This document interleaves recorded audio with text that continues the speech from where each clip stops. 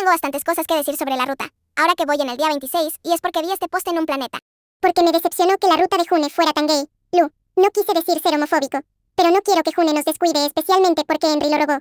Critico a Cheritz por la trama. No sé por qué me siento tan celoso de Henry, especialmente después de ver el spoiler del día 27. No quiero que ese tipo se acerque a June, especialmente cuando tiene novia a nosotros, es muy doloroso e irritante. Lo odio tanto. Al menos danos una opción para revelar los celos hacia June. ¿Por qué solo hay una opción de MC que los acepta juntos?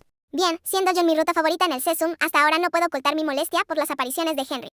Es que, literalmente la ruta parece de Henry y June. Sé que June necesita apoyo, pero no puedes dejar de lado a tu protagonista para darle paso a otro personaje secundario. La escritura del romance en la ruta de June es horrible, aun cuando se está colgando de una de las mejores obras en Otome, Mystic Messenger. No hay balance para el drama, ni siquiera lo hay más allá de los problemas familiares de June y el estando enfermo. Fácilmente Henry podría estar confesando su amor a June y la MT no diría nada, porque las respuestas de la MT son tan estúpidas y tan comprensivas sin sentido. Y no niego que me he sentido mal porque June le da más importancia a Henry. Me da coraje porque la ruta no da lo suficiente para desarrollar la historia de la MT y June. ¿Y saben qué?